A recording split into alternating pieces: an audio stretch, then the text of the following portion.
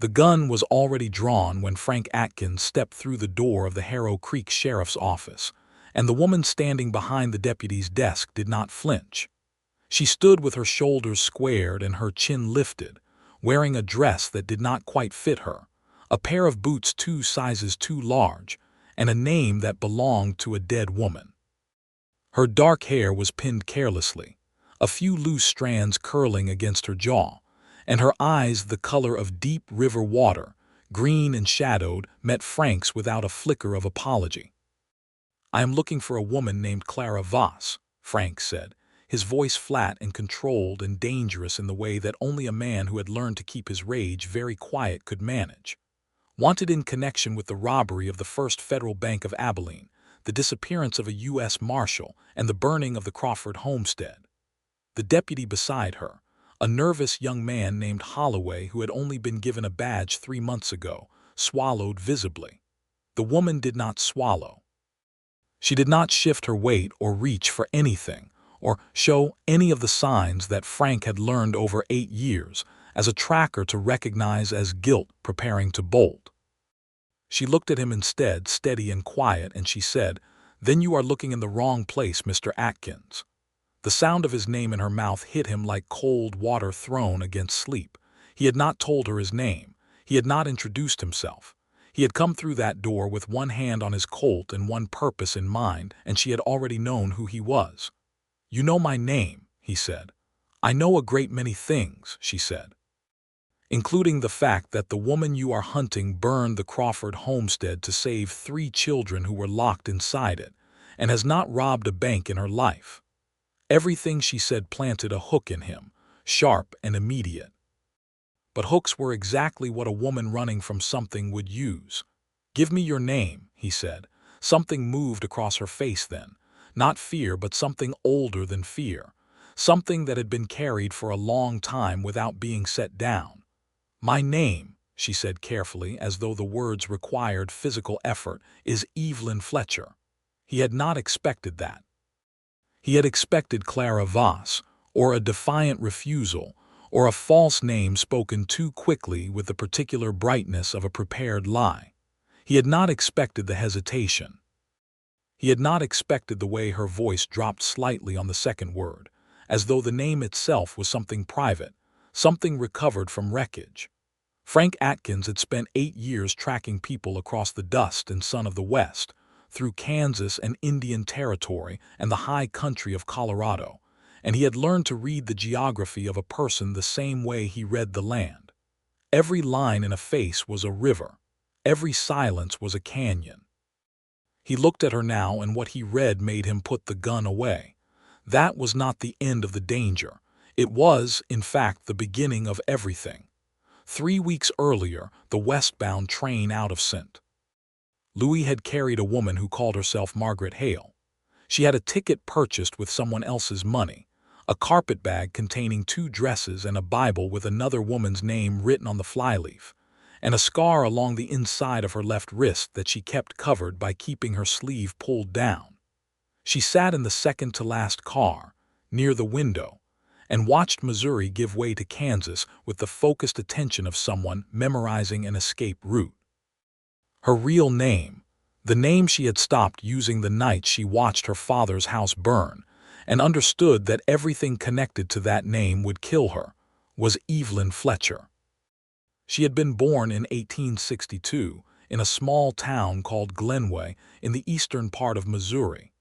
Her father, Thomas Fletcher, had been a county surveyor with an honest reputation and a stubborn streak that eventually cost him everything. He had discovered, in the winter of 1878, that the land grant records for a large section of the county had been falsified, and that a man named Delbert Voss, a railroad investor with connections reaching all the way to the territorial legislature, had been fraudulently acquiring farmland from families who did not know they were being robbed. Thomas Fletcher had made the mistake of writing it all down and sending a copy to a federal land office. Delbert Voss had made the mistake of thinking he could frighten Thomas Fletcher into silence. Thomas Fletcher had made the final mistake of refusing to be frightened. By the spring of 1880, Thomas Fletcher was dead, his death recorded as a horse accident. His house had burned 6 months later, a fire that the county assessor cheerfully ruled accidental. His daughter, who had been 21 years old and entirely alone in the world, had done the only sensible thing available to her. She disappeared. She became Margaret Hale for 3 years in St. Louis, working in a dry goods store and living in a boarding house, and sending careful letters to a federal land office in Washington that never resulted in anything except more silence. She became Ann Sutton for 8 months in Kansas City, where she worked as a seamstress and made the acquaintance of a woman named Clara Voss, who was the daughter of a man she had never met and the sister of a man she had every reason to fear. Clara Voss had been kind to her. Clara Voss had also been dying of tuberculosis, quietly and steadily, in a rooming house on the edge of Kansas City, and in the winter of 1884 she had pressed her traveling papers and her name into Evelyn's hands and told her to go west and live a real life. "Take my name to Harrow Creek," Clara had told her, her voice gone thin and papery by then. "There is a land grant there, filed in my father's name, that belongs to me. I wrote to the county clerk last spring. Take it and make something of it. Tell them you are me. No one there has ever met me."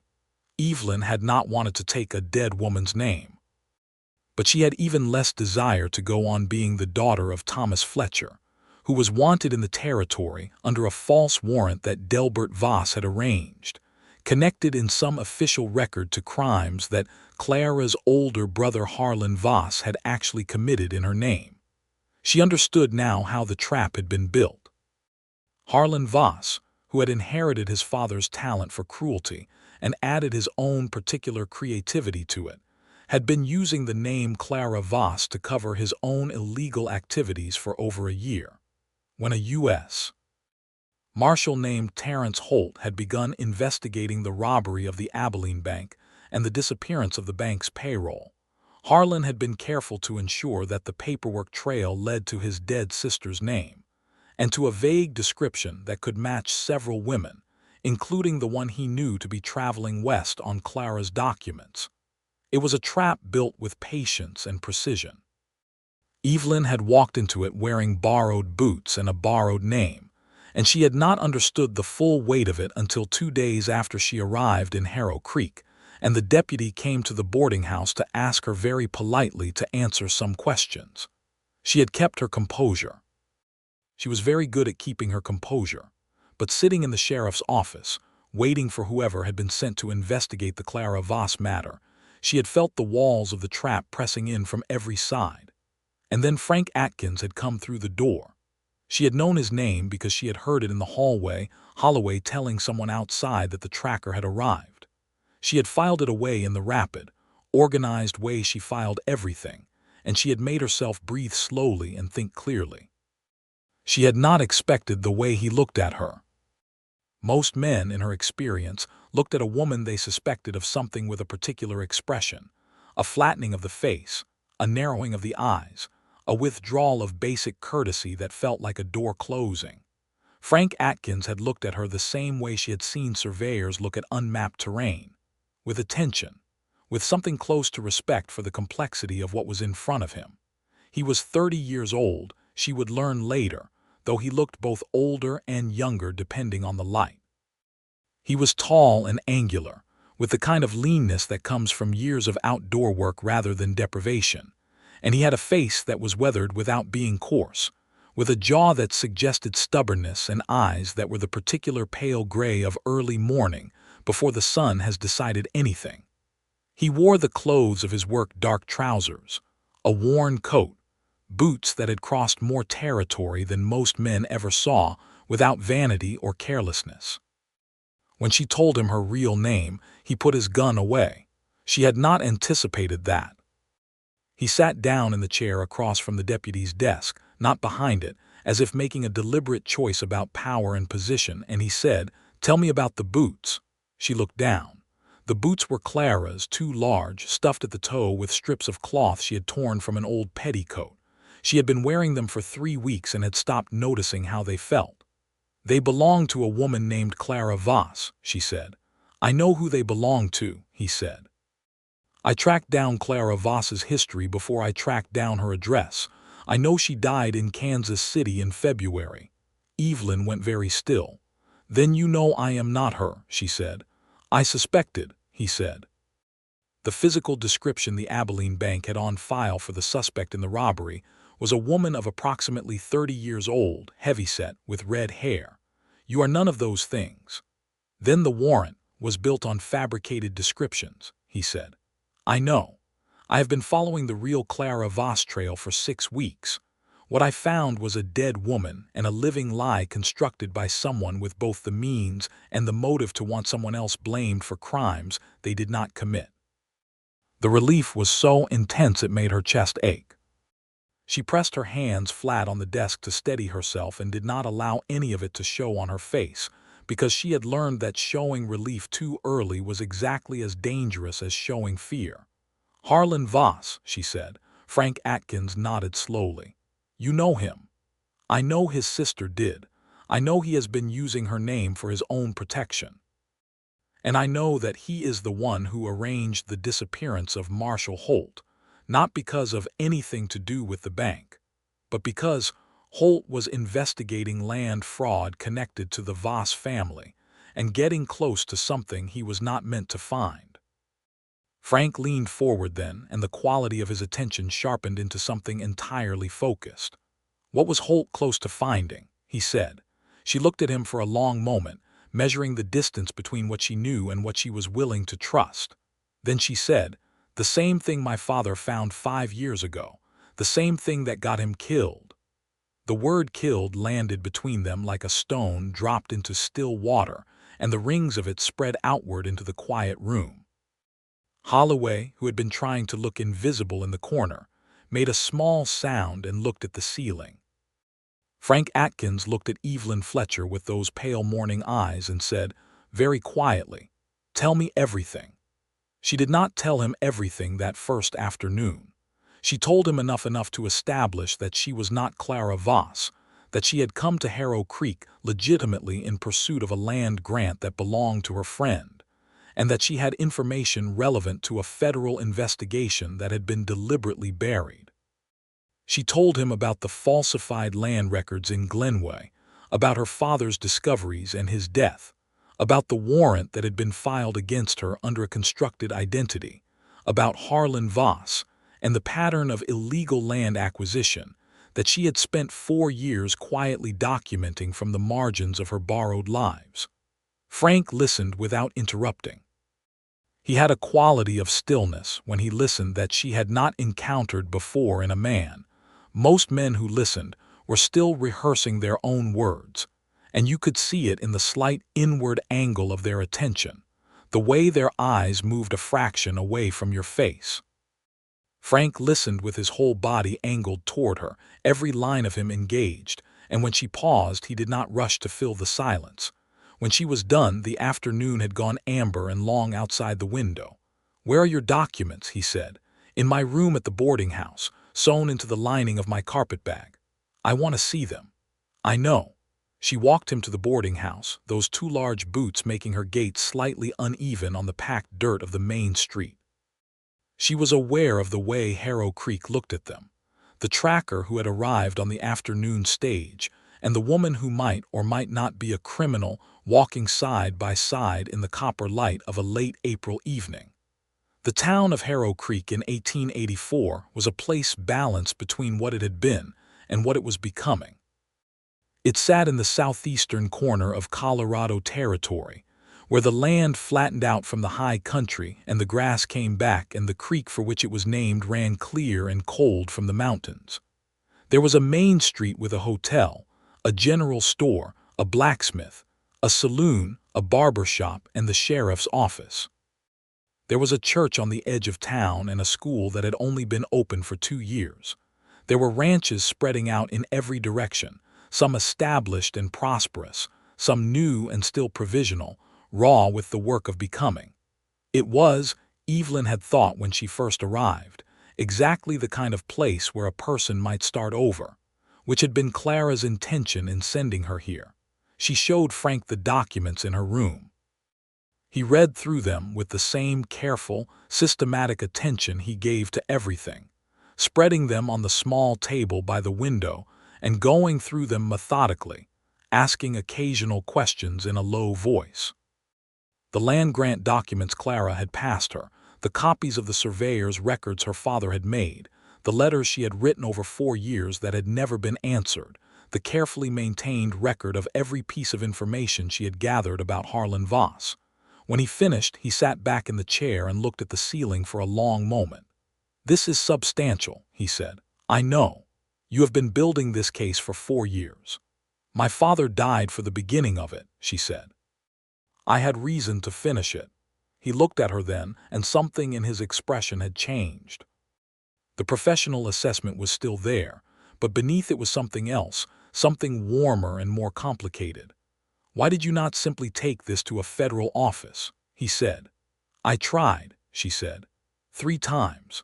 The first time, the agent I spoke with was in Delbert Voss's pocket.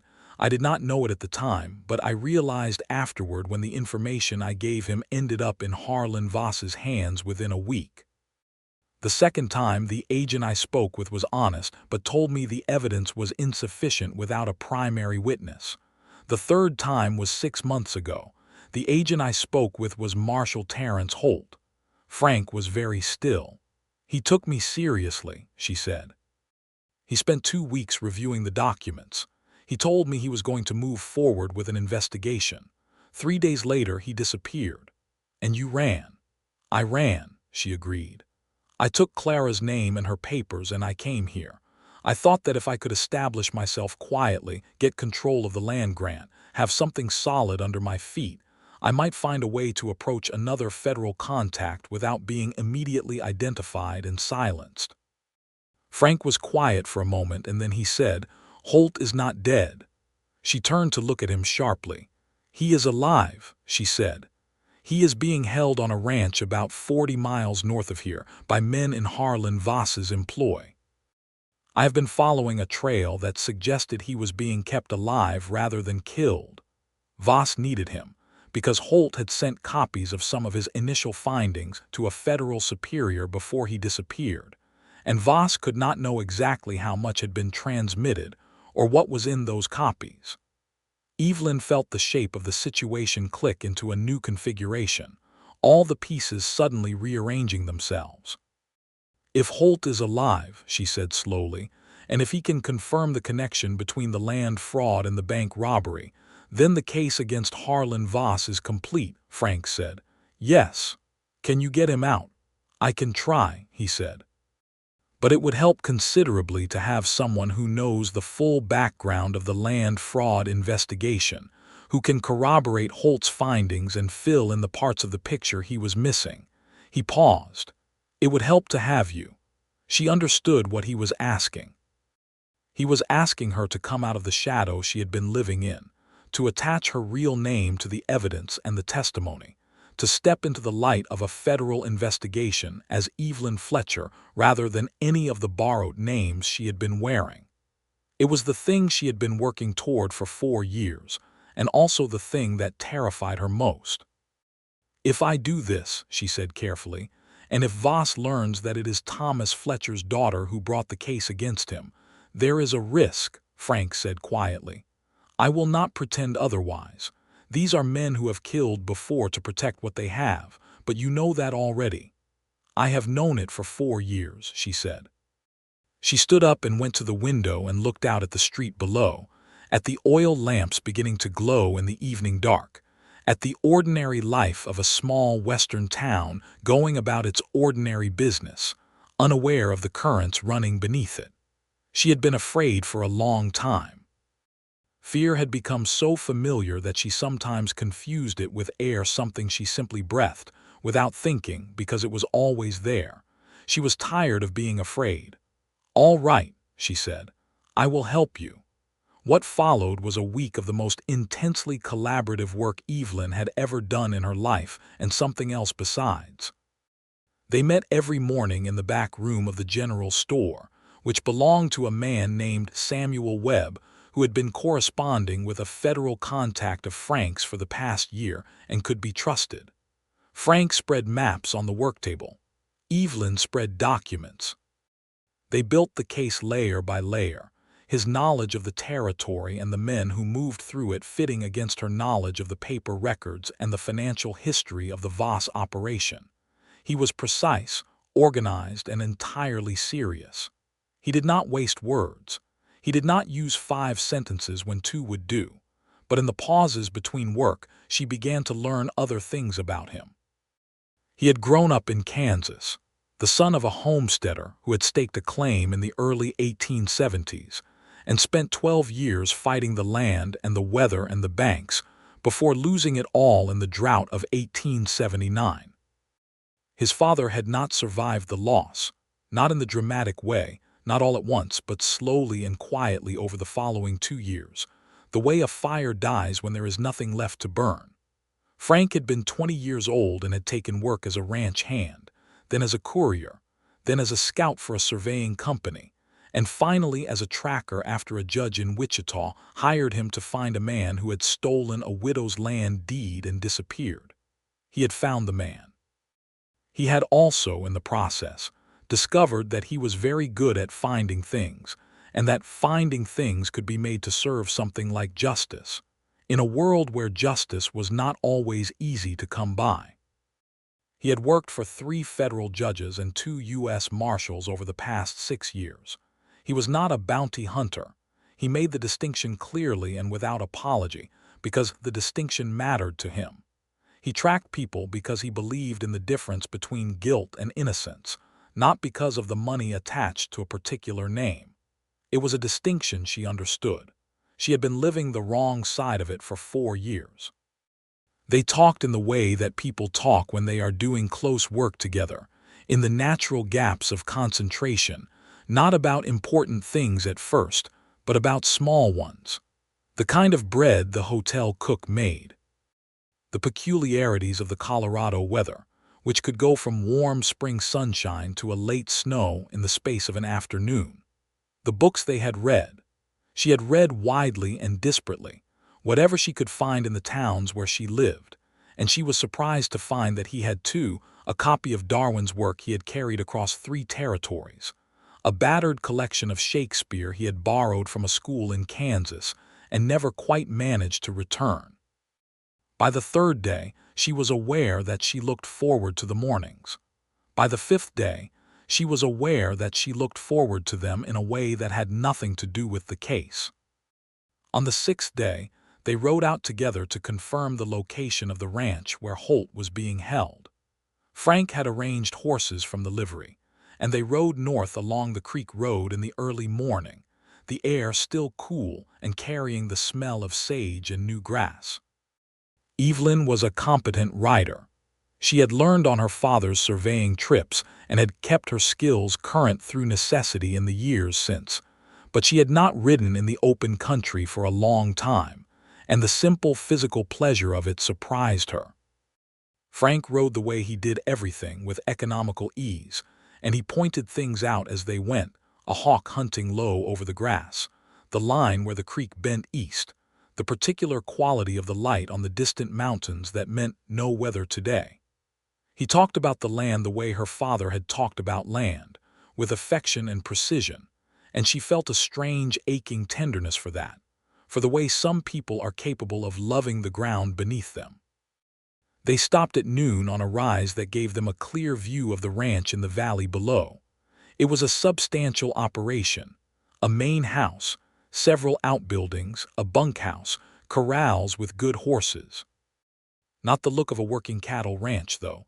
Too many men visible for the size of the herd, too many horses for the work that needed doing. 4 armed men on the perimeter, Frank said, studying it through a small telescope he produced from his coat pocket. 3 more visible near the main house. There is a building at the back of the property, past the barn, that would not normally be there on a working ranch. That is where I think Holt is. How many men do you have? She said. Coming in from the north, 2 federal agents who were supposed to arrive in Harrow Creek yesterday evening. I need to check whether they have come, and if they have not. He lowered the telescope and looked at her sideways. Then we wait. She was quiet for a moment, watching the ranch. A man came out of the main house and crossed to the corrals, and even at this distance there was something about the way he moved with the particular swagger of a man who had never doubted his own immunity that made her jaw tight. "Is that him?" she said. Frank raised the telescope again. "Yes, that is Harlan Voss." She had never seen him in person. She had seen a description. She had seen his signature on documents. She had spent 4 years building a picture of him out of other people's testimony and the evidence he left behind. But seeing him as a physical fact, a body moving across a physical landscape, made it all suddenly real in a different way. "He is the reason you have spent 4 years running," Frank said quietly, not looking away from the telescope. "Yes," she said, "he does not know what is coming. Not yet." He lowered the telescope and looked at her directly. "Are you all right?" The question caught her. It was such a simple, direct question. It contained no strategy and no secondary purpose. He was simply asking whether she was all right. "I am frightened," she said honestly, "but I have been frightened for 4 years. I am accustomed to it." "Being accustomed to something does not mean it is not a cost," he said. She looked at him, and the landscape seemed to open out around them, the mountains in the distance and the grass moving in the light wind and the ordinary enormous beauty of the country. And she felt something shift in her chest, some carefully maintained barrier that had been in place for a very long time, doing its job of keeping her separate from the things that could hurt her. "No," she agreed softly. "It does not." They rode back in the afternoon, and the quality of the silence between them was different from the morning silence. Fuller. Something had been said without being said, and both of them knew it, and neither of them rushed to cover it over. The 2 federal agents Frank had been expecting arrived that evening, men named Garrett and Paulson, both serious and capable, who listened to the full briefing with the contained, professional attention of people who had done this kind of work before.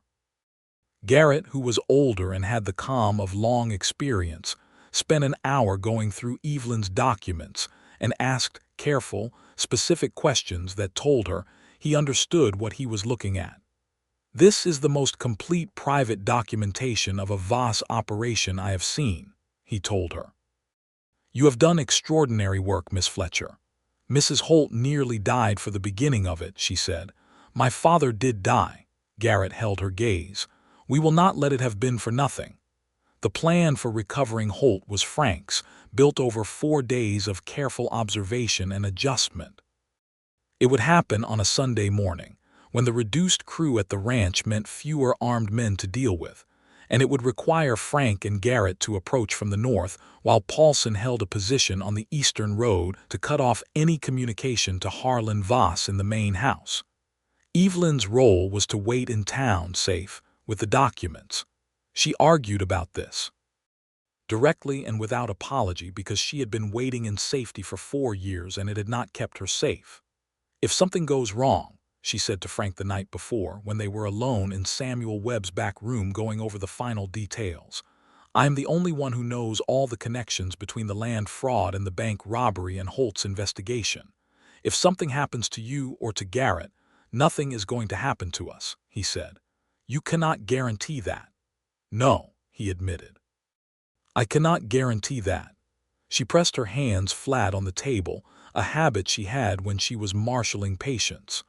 "I have ridden 40 miles with you without requiring rescue. I have spent 4 years managing dangerous situations without help. I understand that you feel a responsibility." "It is not responsibility," he said. The flatness of the statement stopped her. She looked at him. He was looking at the map spread on the table, and his jaw was tight, and he had the look of a man who has said more than he intended and is deciding whether to retreat or continue. He chose to continue. "It is not responsibility," he said again, more quietly. "I need you to be safe because if you are not safe, I will not be able to do this work properly. And I need to be honest with you about the reason for that." The room was very quiet. "Because of the case," she said carefully, giving him the exit she was not certain she wanted him to take. "No," he said. He looked up from the map and met her eyes. "Not because of the case." She had not allowed herself to want anything for a long time, because wanting things while living as someone else had seemed like a cruelty she could not afford to inflict on herself. But standing in that back room in the lamplight, with the map of the territory between them and 4 years of fear behind her, and this man looking at her with something entirely clear and entirely honest in his face, she felt the wanting rise in her like water breaking through stone, slow and irresistible and warmer than she had expected. "Frank," she said, and her own voice surprised her, the low, careful way she said his name. "I know," he said. "I know the timing is this is not the moment. I know that. But you have been honest with me about everything, and I owe you the same. You are telling me this now," she said slowly, "the night before you go to retrieve a federal marshal from a heavily armed ranch." "Yes," he said, "that is very poor timing." "Yes," he agreed, and something shifted in his face, not quite a smile, but close to it, close enough that she felt the warmth of it across the table. "Do not get shot," she said, and her voice was not entirely steady. "I will do my best," he said. She did not sleep well. The morning came gray and cool, with a mist along the creek that softened the edges of everything. Frank rode out before dawn with Garrett and Paulson, and she stood on the step of the boarding house and watched them go, and did not allow herself to think about the things that could go wrong, because thinking about them would not prevent them. She spent the morning with Samuel Webb, going through the documents one final time, organizing them in the order that would be most useful for a federal hearing. Webb was a quiet, observant man who had been in Harrow Creek for 12 years and had his own reasons to want the Voss operation dismantled. 2 of his neighbors had lost their land to the fraudulent grant scheme, and he had been watching it happen with helpless anger. "Do you trust him?" Webb asked at one point without looking up from the document he was reading. "Frank Atkins." "Yes," she thought about it honestly. "Yes," she said, "more than I have trusted anyone in a long time." Webb looked up then with a slight smile. "Good," he said, "he is worth it."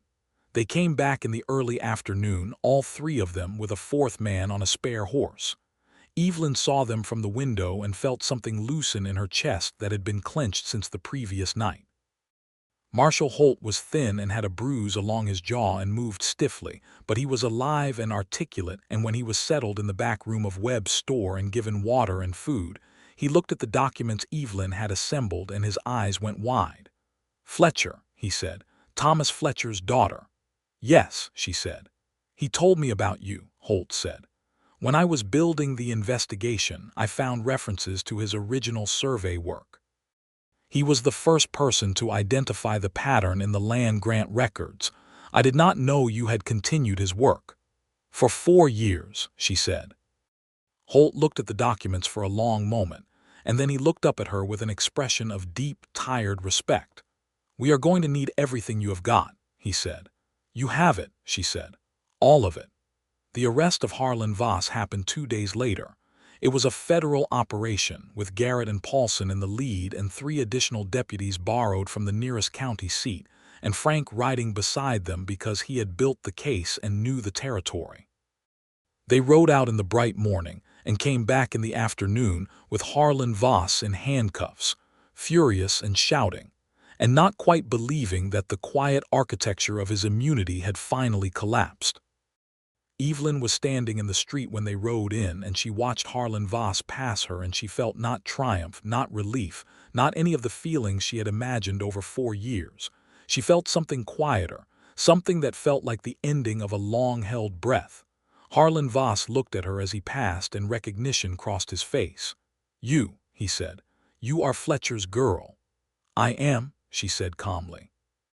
He said other things then, ugly things. The kind of things a man says when he is finally caught and has nothing left but his anger, and she let them pass over her without taking hold. They were only words. She had survived much more than words. Frank was there beside her when it was over, when Voss had been taken into the sheriff's office and the street had quieted and the ordinary sounds of the town had reasserted themselves. "Are you all right?" he asked, for the second time in less than a week. "Yes," she said. And it was true in a way it had not been true the first time he asked. "Yes, I think I am."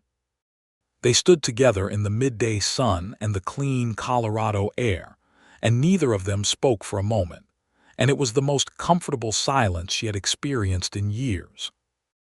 There were several weeks of procedural work after the arrest, statements to be given, documents to be filed, a federal hearing in which Evelyn testified at length, standing before a panel of 3 federal agents in a courtroom in Pueblo and speaking her real name clearly and without a moment of hesitation. Holt testified alongside her, and Garrett's prepared case connected every thread in the Voss operation to a specific crime, a specific victim, a specific dollar amount. The case against Harlan Voss was complete. It was the kind of case that left no gaps and no reasonable doubts, and when it was done, the federal prosecutor told her with something close to admiration that he had rarely seen private documentation as thorough as hers. "Your father would have been proud," he said. She held that very carefully on the ride back to Harrow Creek. Frank rode with her, as he had ridden with her everywhere in the past month, and they talked about what came next. What came next was a question with real weight to it, because the circumstances that had brought them both to this place were resolving themselves, and the world was opening out again into its ordinary dimensions. "The land grant," she said. "Clara's land grant, technically it is in her name, and she is gone. I do not know whether I have any legal claim to it." "I spoke with Garrett about that," Frank said, and she glanced at him. "He thinks that given the circumstances, the false warrant against you, the evidence that Harlan Voss was actively working to prevent you from establishing any legal identity, there is a reasonable argument to be made for establishing your right to the property through Clara's expressed intent. It would require a filing and a hearing, but it is not impossible." "You spoke with Garrett about my land grant," she said. "Yes." She looked at him. The afternoon light was behind him, and it made the angles of his face very clear. "Why?" she said. He was quiet for a stride or two of the horses. "Because you should have something solid under your feet," he said. "Because you have been standing on borrowed ground for 4 years. You deserve a real foundation." The ache in her chest was so strong it was almost physical. "Frank," she said. "Yes." "I have been honest with you about a great many things," she said carefully. "I would like to be honest with you about one more." He waited. "I do not know how to want things quietly anymore," she said. "I have been small and careful and hidden for so long that when I feel something I feel it very strongly and very directly. And I am telling you this so that you understand that I am not speaking lightly when I say that I have come to care for you in a way that is considerable." She paused. "Quite considerable, in fact." He had stopped his horse. She looked over, and he had stopped his horse on the road and was sitting very still, looking at her with those gray eyes, and something in his face had gone wholly open, all the careful professional composure entirely absent. "Evelyn," he said. It was only her name. It was exactly her name, the real one, the one she had not been called in 4 years by anyone who meant to call her it in kindness and recognition and genuine seeing. He said it the way she had once heard a man say the name of something he loved, careful and certain and warm. She felt the last wall come down. "Yes," she said softly. He closed the distance between their horses with a single motion and reached over and took her hand, and they rode the last miles back to Harrow Creek that way, side by side on the afternoon road, and she felt the ground beneath her feet, borrowed and unstable for so long, become, for the first time in years, solid. The legal hearing about the land grant took place in June, in the county courthouse in Pueblo, and it went in her favor. The judge, a methodical man named Hargrove who had clearly reviewed the documentation with care, acknowledged the circumstances that had forced Evelyn to travel under Clara Voss's name, and noted that Clara Voss's own written statement, recovered by Frank from the rooming house in Kansas City, where the landlady had preserved a packet of Clara's letters, clearly expressed her intention for Evelyn to receive the property. The court finds in favor of the applicant, Evelyn Fletcher, in the matter of the land grant previously filed under the name Clara Voss, Hargrove said, in the dry, measured tone of a man who considered judicial proceedings to be serious business, which they were. Evelyn sat very still for a moment after the gavel came down, and then she pressed her hands flat on the table in front of her, not to steady herself this time, but to feel the solid reality of a surface she was permitted to sit at under her own name. Frank was beside her. He had been beside her for every formal proceeding and every informal one and a great many mornings in between, and his hand found hers under the table and held it. She looked at him. He was smiling, not the near smile she had learned to look for in him, the subtle warming of his expression that could pass unnoticed to someone who was not paying attention. A real smile, full and unguarded, the kind she suspected he did not produce in public very often. It was an extraordinary thing to see on that precise, serious face. She squeezed his hand. They walked out of the courthouse into the bright Colorado June, and the mountains were sharp and clear in the distance, and the air smelled of warm grass and the particular freedom of summer, and Frank said, "Well, Miss Fletcher, what will you do with 40 acres of creekside land?" "Build on it," she said immediately, because she had been thinking about it for weeks. "There is good water, good soil near the creek banks. I can put a kitchen garden in before the summer is out, and there is a stand of cottonwoods on the eastern edge that will provide enough shade for a house on the south-facing slope." She paused. "I have drawn several designs." He looked at her with warm amusement. "Of course you have. I have been planning this for a month," she said, entirely without apology. "I may have drawn 6 designs. 6. The first 3 were too ambitious. The 4th was too small. The 5th was practical but lacked. I wanted something with good windows. The 6th is the correct one." He laughed then, a full, genuinely delighted sound that she felt in her whole chest, and she thought, somewhat helplessly, that she would like to spend a very long time finding things that caused him to make that sound. They went back to Harrow Creek. The summer of 1884 was the most purposeful summer of Evelyn Fletcher's life, and the most happy, and these 2 things were connected. She had the land. She had Frank helping her on the weekends and in the long evenings, and Samuel Webb connecting her with a builder who worked out of the county seat and charged fair prices, and a neighbor 2 miles down the creek road, named Mrs. Alva Deering, who brought her seedlings for the kitchen garden and stayed for tea, and told her everything she needed to know about the particular character of the soil and the weather and the social world of the Harrow Creek Valley. She had her own name. She said it out loud regularly, deliberately, the way you practice using a healed limb, Evelyn Fletcher, feeling the shape of it, relearning the particular ownership of a name that is actually yours. The house went up slowly and well. The builder was a methodical man named Cord Marsh who agreed with her 6th design and suggested only 2 modifications, both of which were improvements. The walls were cottonwood timber, thick and solid, with good windows on the south and east exactly as she had planned, and a porch along the front that looked out over the creek meadow where the grass came up green and thick in the early summer. Frank came every Saturday without being asked. He worked without ceremony, carrying lumber, mixing mortar, doing the careful, detailed work of fitting and finishing that Cord Marsh appreciated, and that Evelyn appreciated even more because she understood that he was not doing it merely as help but as something else, something that had to do with investment and intention. She brought him lunch. This was not a formal arrangement. It evolved naturally, as things do between people who have found their way into each other's orbit without quite intending to and without wanting to leave it. She would bring a basket from the boarding house where she still lived, and they would sit on the incomplete porch in the middle of the day and eat and talk, and these midday conversations were different from their early conversations, which had been full of necessity and purpose. These were free conversations, conversations about the books they were reading, and the things they had seen and the futures they were imagining. He told her, one afternoon in late July, about the land in Kansas that his father had lost. He had not been back since. He had not been sure, he said, whether what he felt about it was grief or anger or simply the particular hollowness of a wound that had never quite healed. "Do you want to go back?" she asked.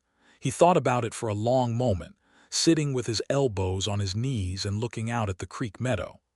"I think I did not want to go back because there was nothing there for me," he said. "Because going back meant going back to the ending of something. But endings can also be the beginning of something else if there is something else present." He paused and looked at her. "If there is a reason to build." She held his gaze. "Is there?" she asked softly. He reached over and tucked a strand of hair behind her ear with a gentleness so complete and deliberate that it stopped her breath. "I think so," he said. "Yes." On a Saturday evening in August, when the house was finished and the kitchen garden was producing beans and tomatoes and late squash, and the cottonwoods along the eastern edge were moving in the warm evening wind, Frank Atkins asked Evelyn Fletcher to marry him. He did it simply and directly, the way he did everything, standing on the porch of her house in the last of the day's light, and holding both her hands and looking at her without any distance or pretense. "I have never wanted to stay in one place before," he said. "Not because I have not been capable of it, but because there was no one place that contained everything. Everything I wanted to stay for, and now there is." He paused. "You are it, Evelyn. You are the reason I want to stop moving." Her throat was tight. Her eyes were bright. She had thought during the long years of running that the life of the heart was something she had traded for safety, and that it had been a fair trade and she had made peace with it. She had been wrong on all counts. "I want you to know," she said carefully, "that I am not an easy person. I keep records of everything. I have strong opinions about house design. I am constitutionally incapable of leaving an injustice unaddressed, which is going to continue to get me into difficult situations." "I know," he said with that near smile, "and I will always, always say what I actually think." "I am deeply grateful for that," he said. "And I love you," she said, and the words came out clear and certain, without any of the hesitation she might have expected, because they were true and she had always known how to say true things. He brought her hands up and pressed his mouth against her knuckles, and then he lifted his head and looked at her with something so warm and clear and completely unguarded that she felt it like sunlight. "Is that a yes?" he said. "That is an absolutely certain yes," she said. They were married in October in the church at the edge of Harrow Creek, on a day when the cottonwood trees had gone gold, and the air had the particular crisp clarity of early autumn in Colorado. Evelyn wore a dress she had made herself, cream cotton with small buttons at the cuffs, and she wore her own boots, not borrowed ones, not too large, but a pair she had ordered in September from a shoemaker in Pueblo who had made them exactly to her measurements. They were the first pair of shoes she had owned in 4 years that fit. Mrs. Deering was there, and Samuel Webb, and Cord Marsh the builder, and Holloway the deputy who had been nervous and young and kind, and Marshall Holt, who had traveled from Denver specifically for the occasion, and who stood in the front pew with the somewhat emotional expression of a man who understood exactly what he was witnessing and why it mattered. Frank stood at the front of the church and watched her come down the aisle with the look of a man who sees exactly what is in front of him and wants nothing else. She walked toward him steadily, without hesitation, in boots that fit under her own name. Reverend Mills, who had been in Harrow Creek for 6 years and had married a good number of couples in that church, said afterward that he had rarely seen two people exchange vows with such particular attention, as though every word was being weighed and chosen and truly meant. He was right. Every word was. After the ceremony, they stood together outside the church in the gold October afternoon, while people offered congratulations, and Mrs. Deering wept pleasantly, and Marshall Holt shook Frank's hand for a very long time with the expression of a man who is restraining himself from saying something sentimental. Frank leaned close to her and said quietly, "How are you?" She looked up at him, at the familiar strong lines of his face, at those pale morning eyes that had looked at her with honesty from the very first moment. "Better than I have been in a long time," she said, "considerably better." They went home to the house on the creek. The winter was long and good. There is a particular quality to a first winter in a place you have chosen. a warmth that has more to do with certainty than with temperature. And Evelyn found it in the house she had built, and the life she was building, and the man who came home every evening with the cold in his coat and the smell of horses and open air, and told her about the shape of the day in his careful, precise way. Frank had taken a different kind of work after the Voss case closed. He still tracked, sometimes. It was a skill he had and a network he had built, and there were honest cases that needed working and federal contacts that trusted him. But he had also begun something he had not quite admitted wanting, which was a place on the land. Evelyn's 40 acres along the creek became, through the fall and the winter, something more than a kitchen garden and a timber house. He had an eye for stock and for the particular geometry of working land, and they spent many evenings at the kitchen table with maps and account books, planning what the property could become. She loved those evenings fiercely, the lamp on the table, the maps spread out, the two of them working through a problem together with the same quality of mutual attention they had brought to the Voss case, except now the problem was something that was entirely theirs. In the spring, she discovered she was expecting a child. She told Frank on a morning in March, before breakfast, while the eastern windows were filling with the particular low gold of early spring light. She told him directly, because she had promised herself she would always tell him things directly, and because he deserved to know important things as soon as she knew them. He went very still for a moment, the way he did when something arrived that required real processing, and then he crossed the kitchen in 3 steps and held her in both arms with a completeness that made her feel, as she always felt in his arms, both entirely herself and entirely safe. "Are you well?" he said into her hair. "Very well," she said. "I am feeling quite thoroughly well. Mrs. Deering says the spring sickness should pass by April." He held her for a long time. The baby came in October, a boy, on a cool, clear night when the cottonwoods were gold again, and the creek could be heard through the bedroom window. He arrived with considerable force of personality and a set of opinions about the whole business that he expressed loudly and at length. They named him Thomas James Atkins, Thomas for her father, James for Frank's. He had Frank's gray eyes and Evelyn's dark hair, and the general disposition of someone who intended to be heard, which seemed appropriate given his parents. Mrs. Deering came every morning for the first 2 weeks. Marshall Holt sent a letter from Denver that was 3 pages long and more overtly emotional than anything Evelyn had previously known him to produce. Samuel Webb brought a bottle of good whiskey and a rocking chair he had made himself. Holloway, who had gotten married the previous spring, came with his wife, who had become a good friend of Evelyn's during the summer, and stood looking at the baby with the expression of someone mentally taking notes. Frank held his son with a careful, completely absorbed attention, as though committing every detail to memory, and the look on his face was the most fully happy thing Evelyn had ever seen.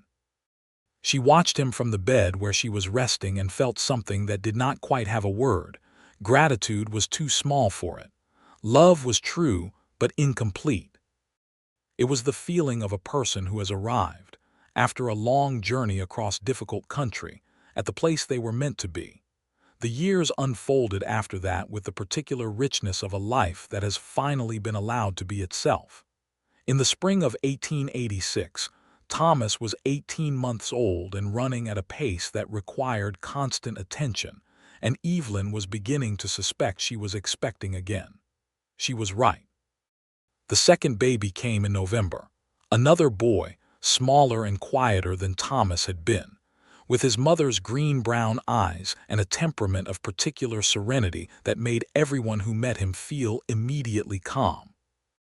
They named him Samuel, partly for Samuel Webb, who had been a quiet, steady ally from the very beginning, and partly because the name suited him. The Atkins land had grown by then.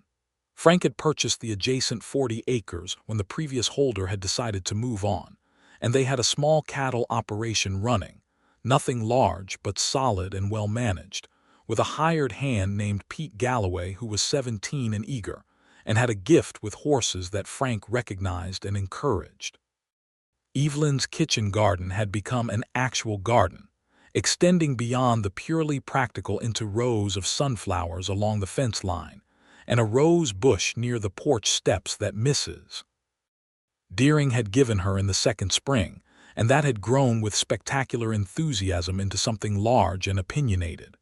She wrote, this had begun tentatively, in the winter of their first year, as a way of organizing the documentation she still had about the Voss case, but it had become something else, a regular correspondence with a federal land office in Washington that was, slowly and methodically, working to address the larger pattern of fraudulent land grants in the territory.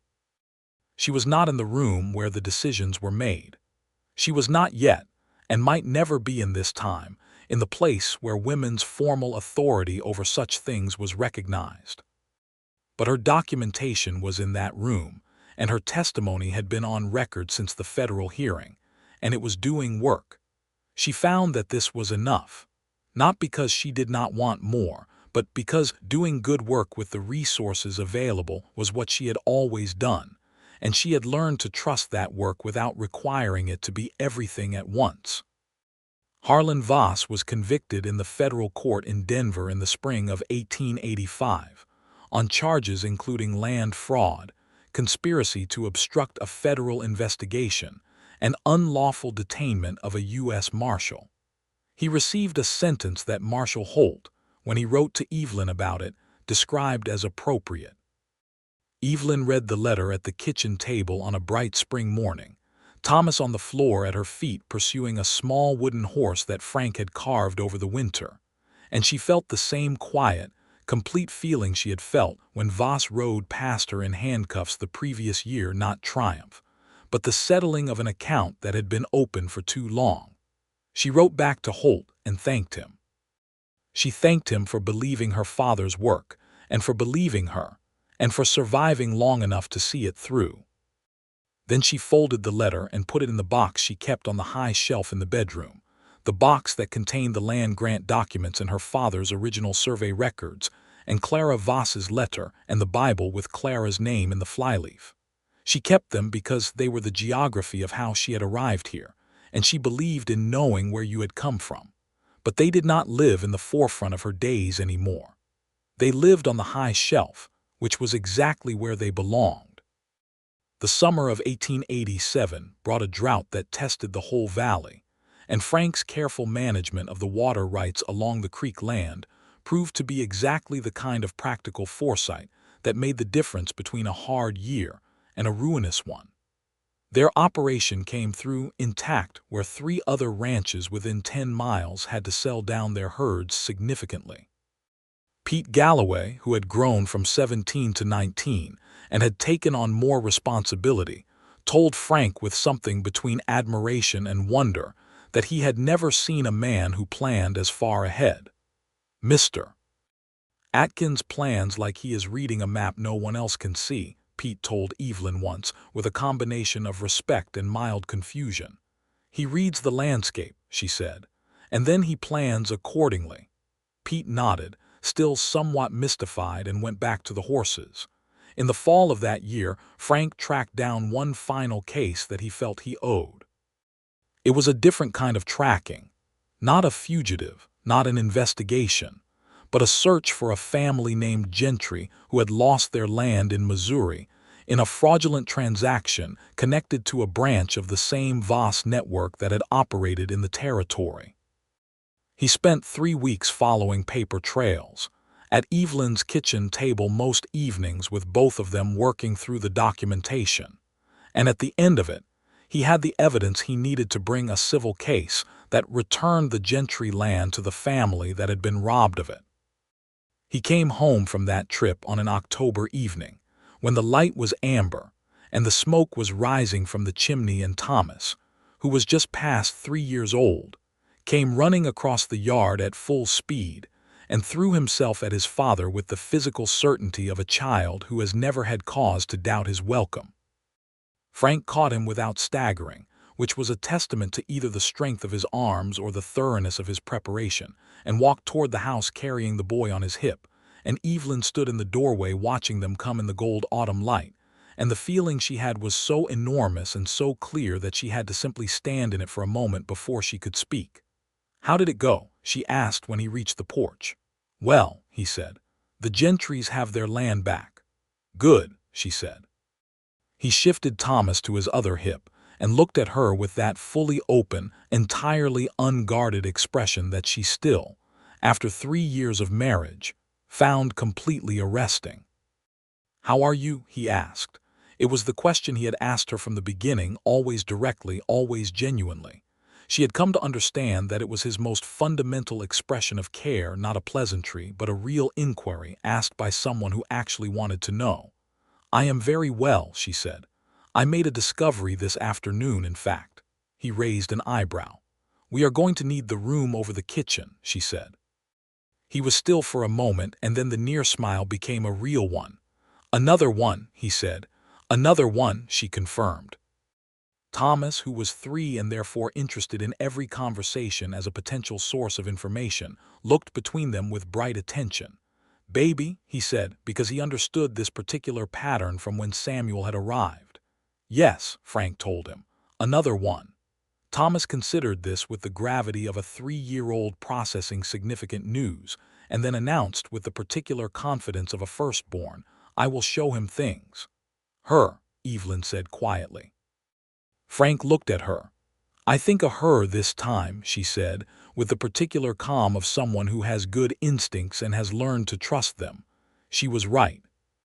In May of 1888, in the upstairs room over the kitchen that Frank had finished building out over the winter, a daughter arrived smaller than either of her brothers had been, with both of them in her face and a quality of watchful attention that announced itself within the first hours as a fundamental characteristic. They named her Clara. Not as a hidden thing, not as a secret, but openly and intentionally. For a woman who had given an exhausted, frightened runaway the gift of a name and a land grant and the instruction to go west and live a real life. Mrs. Deering, when she heard the name, wept pleasantly again, as was her established custom. Thomas, true to his word, immediately began showing Clara things. This process was somewhat limited by the fact that Clara was a newborn and Thomas was 3.5, but Thomas was not deterred by practical limitations, and the first year of Clara's life was full of his ongoing educational project, conducted largely through demonstration and commentary.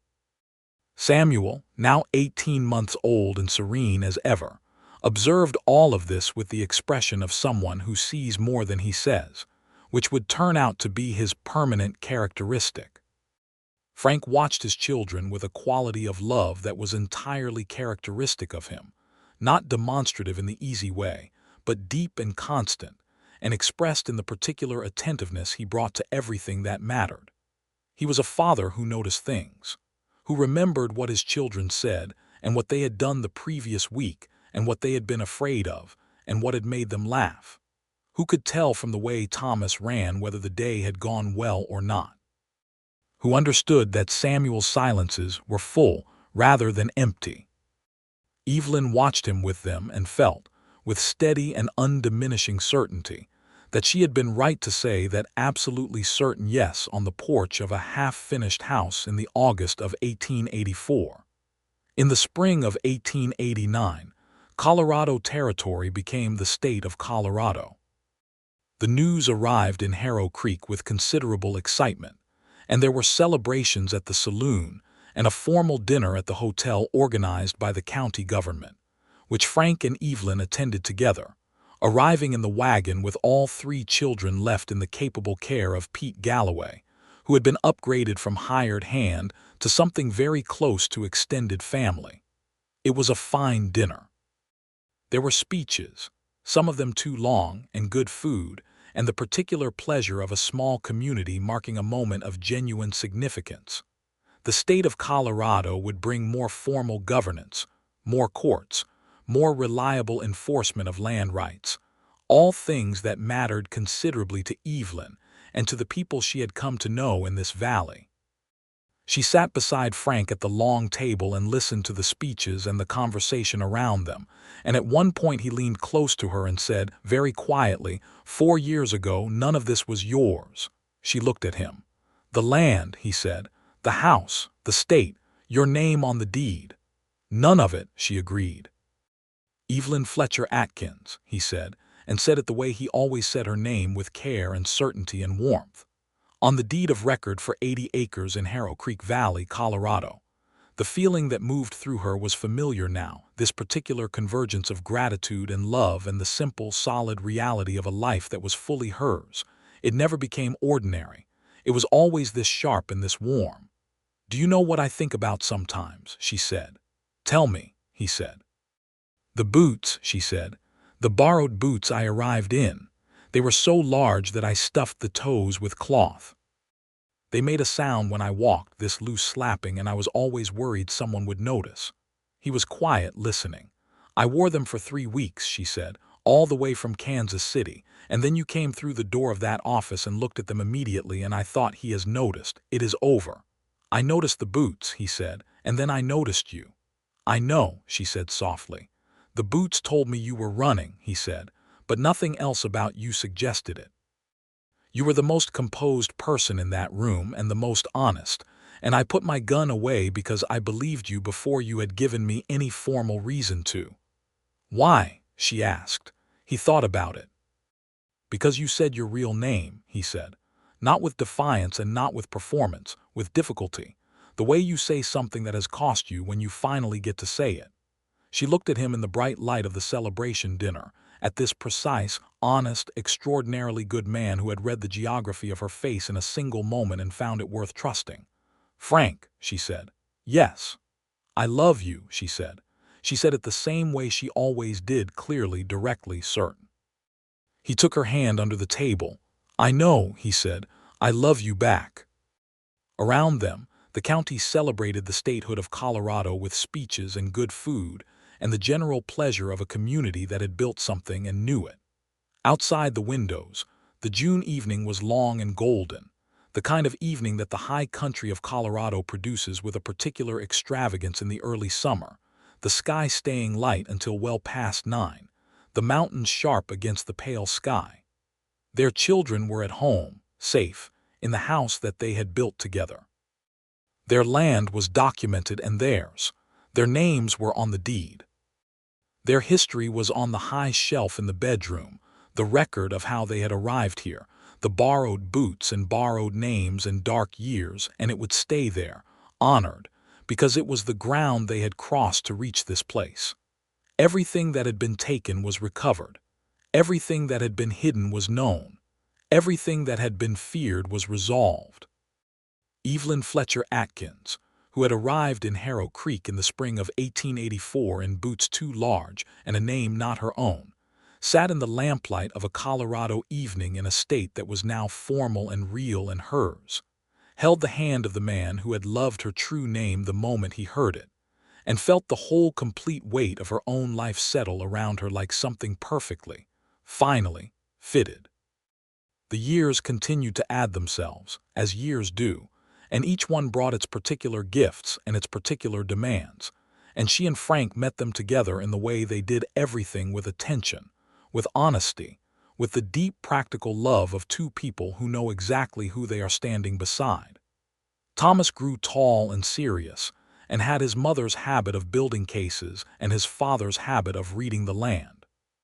Samuel grew thoughtful and steady and became, eventually, the kind of person that everyone in a community turns to without quite knowing why, because he has the particular quality of making the people around him feel that their concerns are worthy of care.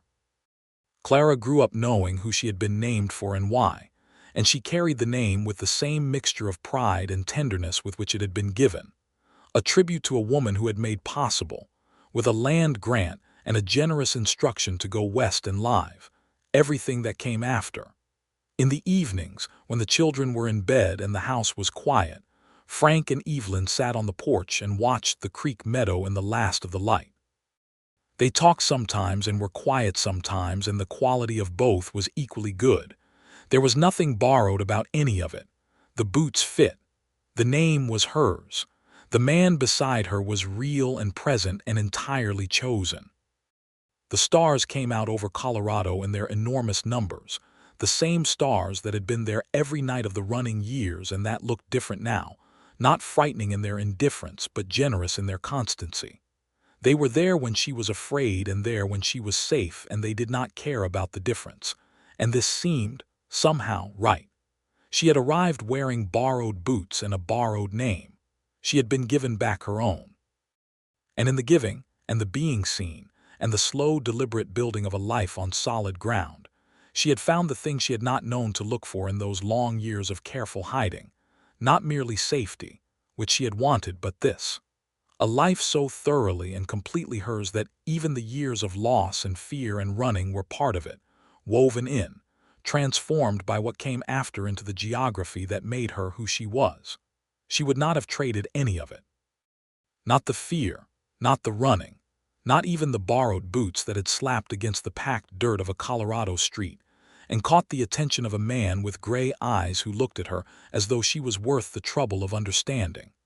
She put her hand over Frank's where it rested on the porch rail, and he turned his hand over and held hers in the warm night air, and the creek ran over its stones in the dark below the meadow, steady and clear, and going exactly where it needed to go.